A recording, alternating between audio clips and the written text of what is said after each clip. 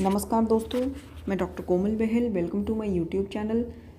MD entrance की तैयारी कर रहे बच्चों के लिए मैं एक क्वेश्चन पेपर लेकर आई हूँ जिसमें 112 क्वेश्चंस को हम देखेंगे, ऑप्शंस देखेंगे एंड उसके आंसर्स भी देखेंगे। तो चलिए स्टार्ट करते हैं। पाप क्रिया पूर्व कृतम च कर्म किस रोग के संदर्भ में कहा है? मतलब कि पहले जो पाप किए हुए हैं उसके कर्मों का फल जो है, उसकी वजह से जो व्याधि होती है वो कौन सी व्याधि है? श्वेत कुष्ठ, राज्य क्षमा, उन्माद या कामला? तो पाप क्रिया पूर्व कृतम च कर्म, इससे श्वेत कुष्ठ होता है। नित्यानंद रस किस रोग में वर्णित है? मतलब इसका रोग अधिकार क्या है नित्यानंद रस का? शतशीन, श्लीपद, आमवात या अम्लपित्त? तो नित्यानंद रस का रोग अधिकार आप याद रखिए, वेरी इंपॉर्टेंट क्वेश्चन, श्लीपद। ठीक है। निर्यु किसका पर्याय है? निर्यु किसको कहते हैं? स्वरस को, क्वाथ को, कल्क को या शीत को? तो निर्यु जो है वो क्वाथ को कहा जाता है। प्रक्षेप एवं आवाप किसके पर्याय हैं? प्रक्षेप एवं आवाप किसको कहते हैं? स्वरस को, फांट को, क्वाथ को या कल्क को? तो इसका आंसर है प्रक्षेप एवं आवाप कल्क को कहा जाता है। अशोकारिष्ट का रोग अधिकार क्या है? उदर रोग, प्रदर, मूत्राघात या अश्मरी? ये तो इजी होगा आपके लिए। तो अशोकारिष्ट जो है ये प्रदर रोग में इसका प्रयोग किया जाता है। निम्नलिखित में से कौन सा त्रिफलागुग्गल का घटक नहीं है? इनमें से कौन सा घटक जो है त्रिफलागुग्गल में नहीं पड़ता? आम्लकी, शुंठी, पिपली या विभीतकी? तो शुंठी जो है वो त्रिफलागुग्गल में नहीं डाला जाता उसको बनाते समय। आम्लकी, पिपली और विभीतकी। देखिए त्रिफलागुग्गल है तो त्रिफला के तीनों जो दोनों कंटेंट्स हैं, आम्लकी एंड विभीतकी, ये तो पढ़ेंगे और इसके साथ त्रिफला भी होगा। तो शुंठी जो है ये त्रिफलागुग्गल का घटक नहीं है। अनियमित स्वर भेद, स्वर भेदो अनियमितता किस कास में पाया जाता है? क्षयज कास में, वातज कास में, शतज कास में या पित्तज कास में? तो अनियमित स्वर भेद जो है क्षयज कास में पाया जाता है। इसका जो रेफरेंस है वो चरक चिकित्सा कास चिकित्सा में, मतलब अध्याय नंबर 18 27वें श्लोक में आपको मिलेगा। अनियमित स्वर भेद क्षयज कास। त्रिकटु के साथ तक्र का प्रयोग किस उदर रोग में किया जाता है? कफोदर में, जलोदर में, छिद्रोदर में या प्लीहाउदर में? देखिए अगर आप उदर रोग को पढ़ेंगे, मैंने इसका पूरा जो है अध्याय का एपिसोड भी बनाया है, तो अगर आपको चाहिए तो मैं उसका लिंक आपको दे दूँगी एंड मुझे कमेंट बॉक्स में कमेंट कर दीजिएगा कि आपको वो चाहिए। लिंक बॉक्स में मैं लिंक दे दूँगी। तो उसमें तक्र का काफ़ी डिटेल में वर्णन है कि तक्र का जो इसके साथ कौन कौन से द्रव्य प्रयोग करने चाहिए किस प्रकार के उदर रोगों में। तो वही क्वेश्चन इसमें आया है कि त्रिकटु के साथ तक्र का प्रयोग किस उदर में प्रयोग किया जाता है? कफोदर में, जलोदर में, छिद्रोदर में या प्लीहाउदर में? तो इसका आंसर है जलोदर में। ठीक है। तक्र के साथ त्रिकटु का प्रयोग जलोदर में किया जाता है। कफज रोगों में नस्से का काल कौन सा होता है? तो ऑब्वियसली कफज काल जो पूर्वाहन काल है उसी काल में कफज रोगों में नस्से दिया जाता है। नेक्स्ट इस देखिए ये जो क्वेश्चंस हैं, मेरे अपने एक्सपीरियंस से मैं कह रही हूँ कि ये क्वेश्चंस कई बार आ चुके हैं, इतने इंपॉर्टेंट क्वेश्चंस हैं ये। मुक्ता का शोधन द्रव्य कौन सा है? अगस्त्य, पत्र स्वरस, जयंती स्वरस, गोदुग्ध या त्रिफला? तो याद रखिएगा मुक्ता का जो शोधन द्रव्य है वो है जयंती स्वरस। ठीक है। एंड नेक्स्ट इज कि उन्माद किस कर्म का व्यापद होता है? कौन सा ऐसा पंचकर्म है जिसमें उन्माद एज अ कॉम्प्लिकेशन आ जाता है? स्नेहन, विरेचन, वमन या स्नेह विरेचन, मतलब स्नेहन प्लस विरेचन दोनों। तो उन्माद जो है स्नेहन प्लस विरेचन, इस दोनों कर्म का व्यापद माना गया है। नेक्स्ट क्वेश्चन ये है कि कांसे में ताम्र सीसे का अनुपात क्या होता है, कितना होता है? ठीक है। जो कांसा है उसमें ताम्र और सीसा, इसकी रेशो क्या होती है? 4:1, 1:1, 2:1 या 8:1? तो इसका आंसर है कि जो कांसा है इसमें ताम्र और सीसा 4:1 होता है, मतलब कांसे में 4 भाग ताम्र और 1 भाग सीसा रहता है। हाटक किसका पर्याय है? हाटक हरताल को कहते हैं, स्वर्ण को कहते हैं, ताम्र को कहते हैं या रजत को कहते हैं? तो हाटक जो है वो स्वर्ण को कहते हैं। पारद में बहनी दोष का शोधन किसके द्वारा किया जाता है? Very important question. त्रिकटु से, चित्रक से, घृत कुमारी से या त्रिफला से? तो पारद में वहनी दोष का शोधन जो है त्रिफला से किया जाता है। ठीक है। पिचू मर्द का पर्याय क्या है? ये भी इम्पॉर्टेंट है। पिचू मर्द किसको कहते हैं? अक्सर इसमें कन्फ्यूजन हो ही जाता है। तो पिचू मर्द हींग को कहते हैं, हिंगू या बकायन या नीम या कांचनार? तो पिचू मर्द जो है वो नीम को कहा जाता है। और बकुल का लैटिन नेम क्या है? मीमूसेप्स हेक्सेंड्रा, मीमूसेप्स एलेंगी, सीडा कॉर्डिफोलिया या सीडा रोम्बिफोलिया? काफ़ी कन्फ्यूजिंग ऑप्शंस हैं, तो मैं आपको बता देती हूँ। जो बकुल है उसका लैटिन नेम है मीमूसेप्स एलेंगी। आचार्य सुश्रुत के मतानुसार शिरामर्म कितने होते हैं? आचार्य सुश्रुत के मतानुसार शिरामर्म 37 होते हैं या 19 होते हैं, 20 होते हैं या 41? तो शिरामर्म आचार्य सुश्रुत के अनुसार 41 होते हैं। पुएल्स कौन सा रोग है? नेत्र संधिगत, वर्तमगत, कृष्ण मंडलगत या दृष्टि मंडलगत? तो पुएल्स बच्चों याद रखिएगा, नेत्र संधिगत रोग होता है। आचार्य षाढ़ंगर के मतानुसार जन्म से ही करने योग्य कर्म कौन सा होता है? जन्म से ही कौन सा कर्म जो है बाय बर्थ बच्चे को करवा सकते हैं? वमन, लेप, अंजन या सभी, उपरोक्त सभी? तो आचार्य षाढ़ंगर के अनुसार जन्म से ही करने योग्य कर्म उपरोक्त सभी होते हैं। वमन, लेप, अंजन सभी करवा सकते हैं। देखिए उन्होंने पैदा होते ही वमन का भी जो है बता दिया कि वमन भी करवा सकते हैं, लेप अंजन भी कर सकते हैं। एंड नेशनल हेल्थ डे कब होता है? 24 अक्टूबर, 7 अप्रैल, 21 नवंबर या 5 जून? तो इसका आंसर है 7 अप्रैल। वातिक कुष्ठ में सर्वप्रथम कौन सा उपक्रम किया जाता है? घृतपान, बस्ती, विरेचन या वमन? तो वातिक कुष्ठ में सर्वप्रथम हम घृतपान करवाते हैं। शुक्र मेह की उत्पत्ति में कारण क्या है? व्यान एवं अपान वायु, व्यान एवं समान वायु, अपान एवं समान वायु या समान एवं प्राण वायु? तो याद रखिएगा, शुक्र मेह की उत्पत्ति में व्यान वायु एंड अपान वायु जो है ये दोनों कारण होती हैं। आयु का पर्याय कौन सा नहीं है? शरीर, धारी, नित्यक, अनुबंध? तो आयु का पर्याय जो है शरीर नहीं है, बाकी धारी, नित्यक, अनुबंध ये आयु के पर्याय हैं। ठीक है। नित्यक अगर देखा जाए तो वो काल का पर्याय भी है। ठीक है। और नेक्स्ट इसकी पक्ता भवती दुर्बल किस ऋतु के लिए कहा गया है? पक्ता भवती दुर्बल, जो अग्नि है वो दुर्बल हो जाती है, ये कौन सी ऋतु में होता है? ग्रीष्म ऋतु में, वर्षा ऋतु में, शरद ऋतु में या हेमंत ऋतु में? तो पक्ता भवती दुर्बल जो है वर्षा ऋतु में होता है। रसायनम च तज्ज्ञेयम यज्ञ व्याधिर विध्वंसवै किस आचार्य ने कहा है? मैं एक बार श्लोक रिपीट कर देती हूँ।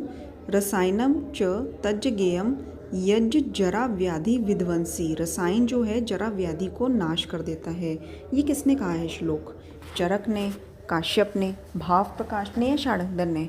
देखिए रसायन जो है जरा व्याधि नाशक होता है ऐसा सबने कहा है, लेकिन पर्टिकुलरली ये श्लोक जो है आचार्य भाव प्रकाश जी ने कहा है। रसायनम च तज्ज्ञेयम यज्ञ जरा व्याधि विध्वंसी। भग्न चिकित्सा का उपक्रम क्या है? लेखन, पीड़न, उपनाह या विमलापन? तो भग्न चिकित्सा में पीड़न किया जाता है। ठीक है। भग्न मतलब कि फ्रैक्चर है, तो बोन को अपनी जगह पे लोकेट करने के लिए, जो डिसलोकेटेड हो गई है उसमें उसको रीलोकेट करने के लिए पीड़न किया जाता है। सुश्रुत अनुसार व्रण बंधन के भेद कितने हैं? 15, 19, 14 या 6? तो व्रण बंधन 14 होते हैं आचार्य सुश्रुत के अनुसार। भय की अनुमान परीक्षा कैसे की जाती है? तोषेण, विषादेन, आम ओदेन या अविज्ञान। तो भय की अनुमान परीक्षा विषाद से की जाती है। आहार्य व्याधि कौन सी है? आहार्य मतलब एक्सट्रैक्शन, जिसमें एक्सट्रैक्ट जो है उपक्रम किया जाता है। ठीक है, तो अश्मरी, रोहिणी, भगंदर या अर्श। तो ऑब्वियसली अश्मरी जो है वो आहार्य व्याधि है, जिसमें स्टोन को खींचकर बाहर निकाल लिया जाता है। नेत्र अभिसंधि रोग कौन सा धातु प्रदोषक विकार है? मतलब नेत्र अभिसंधि रोग में कौन सी धातु जो है दूषित होती है? मांसज, मेदज, मज्जा या रक्तज। काफ़ी कंफ्यूजिंग ऑप्शंस हैं, तो इसका सही आंसर जो है याद रखिएगा, नेत्र अभिसंधि में मज्जा दोष जो मज्जा धातु जो है दूषित होती है। स्नायु किस धातु का उपधातु है? रस का, रक्त का, मांस का, मेद का। तो स्नायु जो है मेद का उपधातु है। विचित्र प्रत्यारब्ध की अवधारणा किस आचार्य ने दी है? Very important. तो विचित्र प्रत्यारब्ध की जो अवधारणा है वो किसने दी है? आचार्य चरक ने, सुश्रुत, काश्यप या वाग्भट ने? आचार्य वाग्भट जी ने विचित्र प्रत्यारब्ध की अवधारणा दी है। जन्म के समय बच्चे के सिर की परिधि कितनी होती है? 34 to 35 सेंटीमीटर, 35 सेंटीमीटर, 50 सेंटीमीटर या 20 सेंटीमीटर। तो जन्म के समय बच्चे के सिर की परिधि 35 सेंटीमीटर यानी 35 सेंटीमीटर होती है। मोरोस रिफ्लेक्स कौन से महीने तक पाया जाता है? 3 महीने तक, 6 महीने, 6 वर्ष या 1 वर्ष। तो इसका आंसर है मोरोस रिफ्लेक्स 3 महीने तक पाया जाता है। नेक्स्ट इज कि उन्माद किस कर्म का व्यापद है? ये तो मैंने आपको ऑलरेडी बता दिया था कि स्नेहन और विरेचन का व्यापद है। आचार्य चरक के मतानुसार शस्त्र कर्म कितने होते हैं? 8, 36, 60 या 6। तो आचार्य चरक के मतानुसार शस्त्र क्रम होते हैं 36। सामान्यतया वस्ती का प्रयोग कब कब किया जाता है? प्रतिदिन, 1 दिन छोड़कर, 3 दिन छोड़कर या 7 दिन छोड़कर। तो सामान्यतः वस्ती का प्रयोग जो है 3 दिन छोड़कर किया जाता है। ये मैंने आपको सारा सिद्धि स्थान जो मैंने कवर कराया है अपने YouTube चैनल पर उसमें बताया हुआ है। आपको अगर लिंक चाहिए सिद्धि स्थान का तो आप कमेंट बॉक्स में कमेंट कर सकते हैं, मैं आपको लिंक दे दूँगी, जिसमें हमने एक एक चैप्टर जो है, एक एक लाइन, उसमें सब कुछ कवर किया हुआ है। चैप्टर वाइज श्लोक विमर्श, एक एक लाइन सारा डिटेल में कवर किया हुआ है एक एक अध्याय एपिसोड में। ठीक है, तो सामान्यतः वस्ती का प्रयोग जो है 3 दिन छोड़कर किया जाता है। किस प्रतिशायी रोग में यक्ष्मा रोगी की चिकित्सा की जाती है? कफज प्रतिशाय में, सन्निपातज प्रतिशाय में, दुष्ट प्रतिशाय में या वातज प्रतिशाय में? तो दुष्ट प्रतिशाय रोग में यक्ष्मा रोगी की चिकित्सा की जाती है। ठीक है, एंड इसके अलावा आगे बढ़ने से पहले दोस्तों एक चीज़ मैं आपको बताना चाहती हूँ कि यदि आपको चरक संहिता का जो वॉल्यूम 1 है, जिसमें हमने कवर कर रखा है सूत्र स्थान, विमान, निदान, शारीर, इंद्रिय स्थान, तो ये 5 स्थान कवर कर रखे हैं। इसमें MCQs क्वेश्चन जो हैं एक एक लाइन से पढ़ के बनाए हैं हमने। तो वो MCQ क्वेश्चंस विद आंसर की एंड ऑप्शन, ये अगर आपको बुकलेट चाहिए ऑनलाइन तो वो 200 रुपये में अवेलेबल है। आप कमेंट बॉक्स में कमेंट कर दीजिएगा, आपको 200 रुपये में वो बुकलेट उसी टाइम अवेलेबल हो जाएगी। इससे क्या होगा कि ये MCQ सॉल्व करने से आपका जो चरक का वॉल्यूम 1 है, क्योंकि हमने एक एक लाइन से क्वेश्चन बनाया है, तो आपका वो सारा कवर हो जाएगा। अगर एग्ज़ाम तक आपकी तैयारी अच्छे से नहीं भी हो पाती वॉल्यूम 1 की, तो सिर्फ वो क्वेश्चंस पढ़ के ही आपकी काफ़ी हद तक तैयारी हो जाएगी वॉल्यूम 1 की। तो चलिए मूव ऑन करते हैं नेक्स्ट में। आगंतुक उन्माद का मुख्य कारण क्या होता है? दुष्ट भोजन का सेवन, अधर्म, प्रज्ञापराध या पूर्व जन्मकृत कर्म। तो आगंतुक उन्माद का जो मुख्य कारण है, जैसा कि भगवान आत्रेय ने कहा है, पूर्व जन्मकृत कर्म होता है। रक्त परिसंचरण के खोजकर्ता कौन थे? रक्त परिसंचरण मतलब कि ब्लड सर्कुलेशन के बारे में किसने बताया था सबसे पहले? William Harvey, Leeuwenhoek, call Landsteiner या फंक। तो विलियम हार्वे ने सबसे पहले रक्त परिसंचरण के बारे में बताया था। ब्लड सर्कुलेशन की खोज करता जो है वो है विलियम हार्वे। स्मॉल पॉक्स की वैक्सीनेशन जो है उसकी खोज किसने की थी?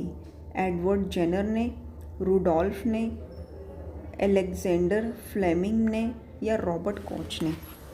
तो स्मॉल पॉक्स वैक्सीनेशन की खोज जो है एडवर्ड जेनर ने की थी। ठीक है। नेक्स्ट, इसकी स्त्रोतोदुष्टि का कारण क्या होता है?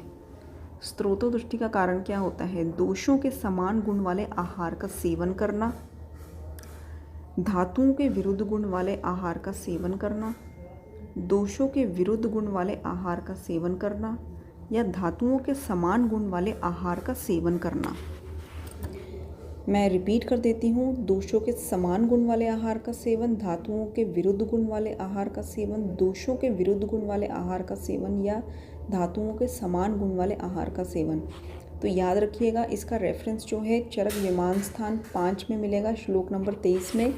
स्त्रोतोदुष्टि का जो कारण होता है वो है दोषों के समान गुण वाले आहार का सेवन करना। यदि कफज दोष जो है शरीर में प्रोमिनेंट है तो उस कफ दोष की वृद्धि करने वाले आहार का सेवन करेंगे तो ऑब्वियसली कफ प्रकोपित होगा और ज़्यादा उसकी वृद्धि होगी और वो स्रोतों को बिल्कुल ही अवरोध कर देगा। ठीक है, और स्रोतों को दूषित कर देगा। तो दोषों के समान गुण वाले आहार का सेवन करना ही स्त्रोतोदुष्टि का कारण होता है।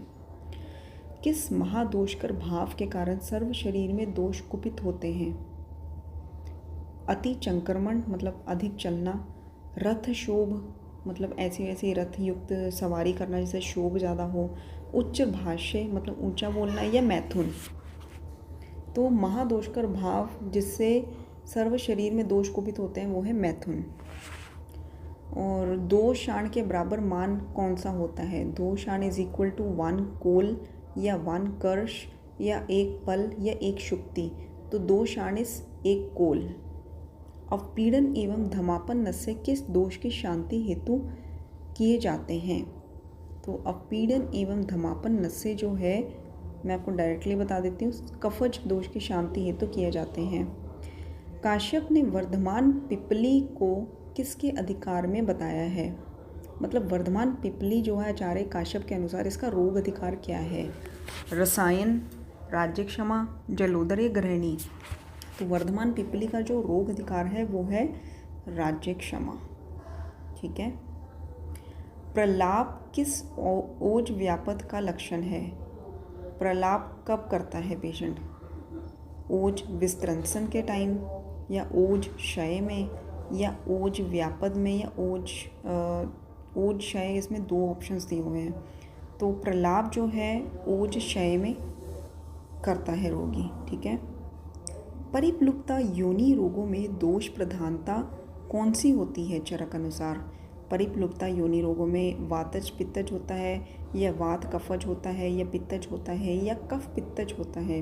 तो परिप्लुप्ता योनि रोगों में वात पित्तज दोष की प्रधानता होती है। क्षीण शुक्र में कारण दोष क्या है? वात कफ, वात पित्त, पित्त कफ या वात पित्त कफ?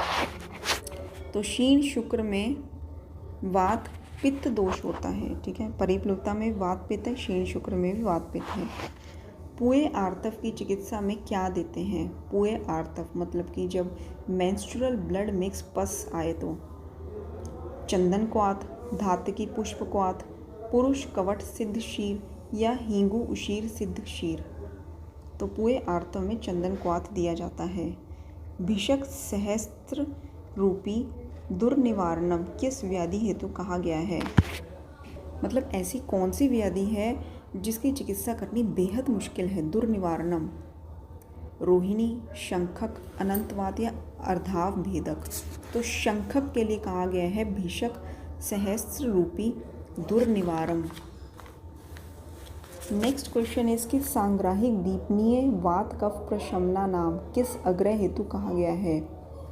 मतलब कौन सा जैसे आचार्य चरक ने अग्रह बताए हैं 152 अग्रह चरक सूत्र 25 में, तो ये किसके लिए कहा गया है कि संग्राहनीय भी होता है, दीपनीय भी होता है और वात कफ प्रशमन भी करता है।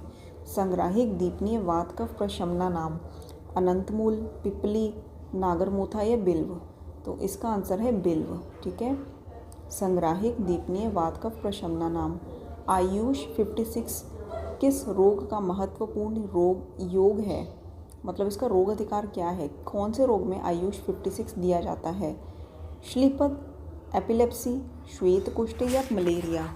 तो आयुष 56 जो है वो एपिलेप्सी के लिए दिया जाता है। नेक्स्ट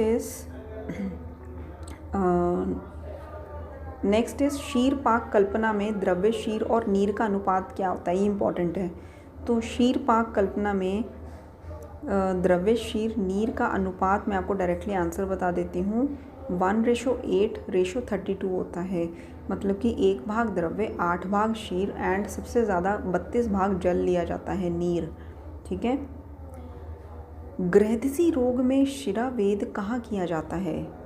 वैसे इसका रेफरेंस जो है आपको सुश्रुत शारीर 8 में मिलेगा, श्लोक नंबर 17। तो गृहदिशी रोग में जो शिरावेद है कहाँ किया जाता है? गुल्फ से 2 अंगुल ऊपर या गुल्फ और जानु के मध्य में, जानु संधि के 4 अंगुल ऊपर या नीचे, या जानु संधि के 7 अंगुल नीचे। ठीक है, तो इसका आंसर है कि गृहदिशी रोग में शिरावेद जानु संधि के 4 अंगुल ऊपर या नीचे कर सकते हैं। नेक्स्ट क्वेश्चन जो है, विडंग का हमेशा उपयोग किया जाता है पुराण रूप में, नवीन रूप में, उपयुक्त दोनों रूप में या अपक्व अवस्था में? तो विडंग जो है किस फॉर्म में यूज़ किया जाता है? पुराण रूप में, मतलब पुराना जब हो जाए उस रूप में इसका प्रयोग किया जाता है। काष्ठीभूतम मृतोपमम, वेरी इंपॉर्टेंट, किस संदर्भ में कहा गया है? काष्ठीभूतम मृत उपमम, मद, मूर्छा, संन्यास या अपस्मार? तो इसका आंसर है संन्यास।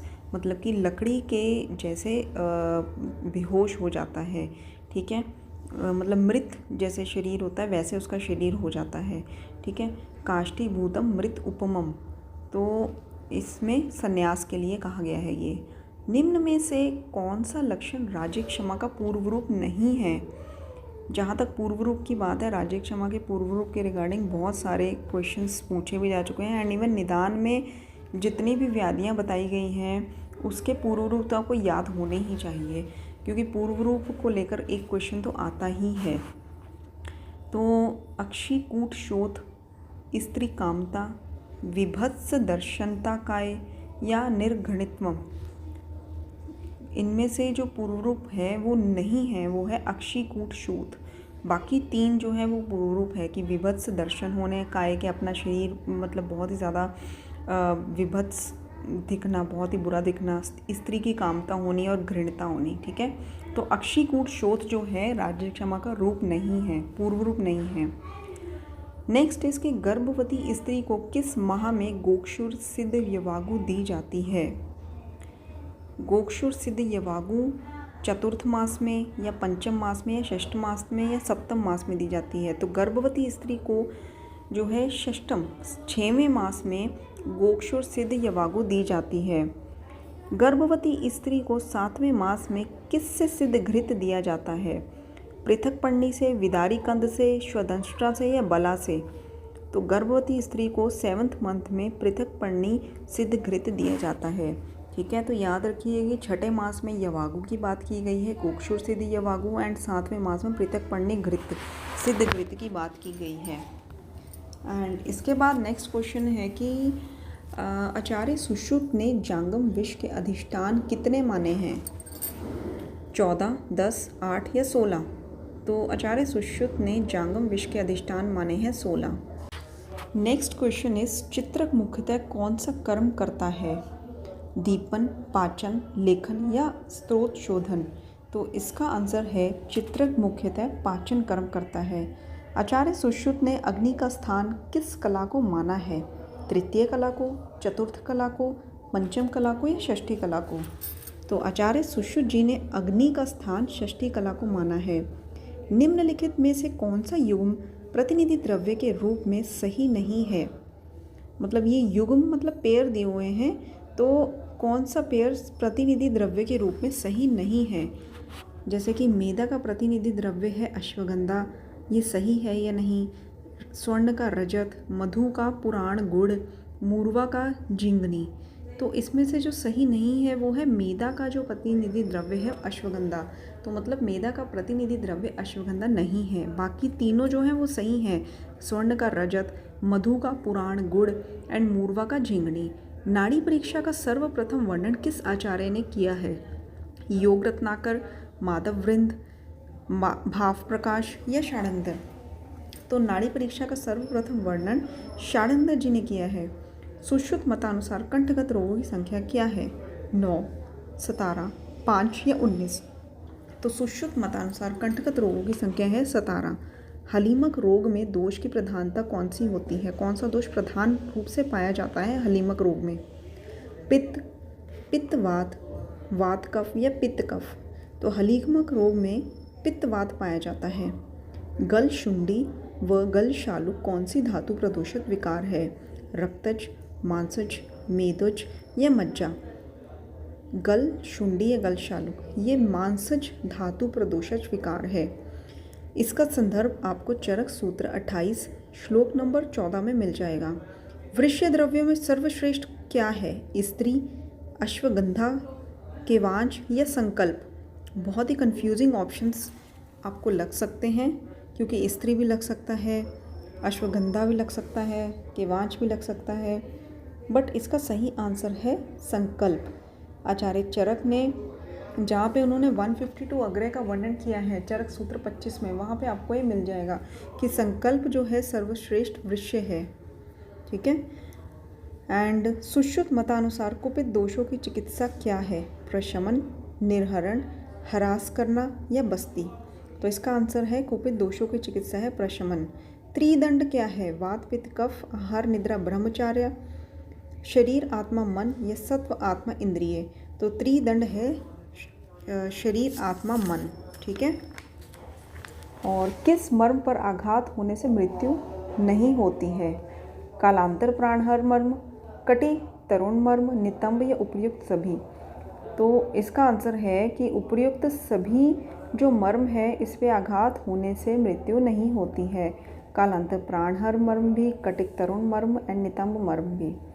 शतदौत घृत का रोग अधिकार क्या है? विसर्प, वात रक्त, आमवात या सर्पदष्ट? तो शतदौत घृत का रोग अधिकार है विसर्प। चरक अनुसार खर स्नेह पाक का उपयोग किया जाता है बस्तीकर्म में, नस्य में, अभ्यंग में या पान के रूप में? तो खर स्नेह पाक का उपयोग जो है वो अभ्यंग में किया जाता है। अंतःकरण चतुष्टय में क्या क्या सम्मिलित है? अंतःकरण चतुष्टय किसको कहते हैं? आत्मा, मन, बुद्धि, इंद्रिय। मन, बुद्धि, चित्त, अहंकार। अव्यक्त महान अहंकार आत्मा, बुद्धि अहंकार आत्मा, प्रकृति। कंफ्यूजिंग ऑप्शंस हैं। इसका सही आंसर है अंतःकरण चतुष्टय में मन, बुद्धि, चित्त, अहंकार सम्मिलित है। मन, बुद्धि, चित्त, अहंकार। कुष्ठ रोगों में ये नहीं। नेक्स्ट क्वेश्चन है महोत्साह, क्रियावंत, क्लेश साहा किस सार का लक्षण है? महोत्साह मतलब कि मह उत्साह, अगर छंदी विच्छेद करें तो मह उत्साह भी होता है। क्रियावंता, क्लेश सहन भी करने की शक्ति जिसमें होती है, ये किस सार का लक्षण है? मज्जासार, शुक्रसार, मांससार या अस्थिसार? तो मह उत्साह, क्रियावंता, क्लेश साह ये अस्थिसार का लक्षण है। ठीक है। अष्टवेगम 10 गुणम चतुर्विंशते उपक्रमम किस आचार्य ने कहा है? अष्टवेगम 10 गुणम चतुर्विंशते उपक्रमम ये आचार्य चरक जी ने कहा है कि 8 वेग हैं, 10 गुण हैं और 24 उपक्रम हैं। ठीक है। एंड गर्भ संग होने पर कौन सा कर्म कराना चाहिए? चंक्रमण, स्नान, स्वेदन या उपयुक्त सभी? गर्भ संग होने पर चंक्रमण कराना चाहिए, मतलब ज़्यादा चलाना चाहिए। कालांतर प्राणहर मर्म में किस महाभूत की प्रधानता होती है? कालांतर प्राणहर मर्म में किस महाभूत की प्रधानता होती है? अग्नि, सोम या अग्नि सोम दोनों या अग्नि एंड वायु? तो इसमें अग्नि एंड सोम महाभूत की प्रधानता होती है। गर्भ संग की अवस्था में धूपन हेतु प्रयुक्त द्रव्य कौन सा है? जब गर्भ संग हो जाए तो कौन से द्रव्य का धूपन देना चाहिए? इसके बारे में आचार्य सुश्रुत ने शारीर 10 में श्लोक नंबर 11 में बताया है। तो गर्भ संग होने पर मदन फल द्रव्य का धूपन देना चाहिए। आचार्य वाग्भट के मतानुसार पक्षम शातन रोग किस दोष के होने से होता है? पक्षम शातन रोग वात से, पित्त से, कफ से या रक्त से? तो आचार्य वाग्भट जी कहते हैं पक्षम शातन रोग जो है वो पित्त दोष से होता है। रोपण आच्योतन की मात्रा कितनी होती है? देखिए, रोपण आच्योतन की मात्रा 8 बूंद, 10 बूंद, 12 बूंद या 6 बूंद। रोपण आच्योतन की मात्रा जो है 12 बूंद होती है। किस योनि व्यापद में गुल्म लक्षण मिलता है? उपप्लुता, उदावरता, परिप्लुता या वातज? तो इसका आंसर है वातज योनि व्यापद में गुल्म लक्षण मिलता है, क्योंकि वैसे भी ये आप याद रख सकते हैं कि गुल्म व्याधि में वात दोष प्रधान रहता है। ठीक है, इसलिए गुल्म वाले अध्याय में आपको घृत के रिलेटेड घृत रिलेटेड जो औषधियाँ हैं, योग हैं, वो ज़्यादा मिलेंगे। ठीक है, शीर के किस दोष के निवारण हेतु तक्र अरिष्ट का प्रयोग किया जाता है? Very important. गुरु, पिच्छल, वैरस्य या वैगंध्य? देखिए, शीर दोष में तक्र का अरिष्ट किया जाता है, लेकिन कौन सा दोष उसका बढ़ जाता है जो उस नाश करने के लिए हम तक्र अरिष्ट का प्रयोग करते हैं? तो शीर दोष में उसका पिच्छल दोष के निवारण हेतु तक्र अरिष्ट का प्रयोग किया जाता है।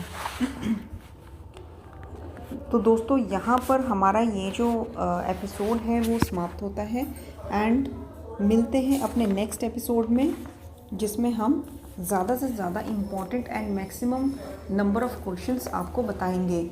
आई होप आपको ये एपिसोड यूज़फुल लगा हो। एंड अगर आपको चरक वॉल्यूम 1 पे MCQ PDF चाहिए, जिसमें हमने चैप्टर वाइज एक चैप्टर में से MCQs जो है वो बनाए हैं एंड उसकी आंसर की भी साथ में है, तो केवल 200 रुपये में वो 152 पेजेस की MCQ आपको अवेलेबल हो जाएगी। धन्यवाद।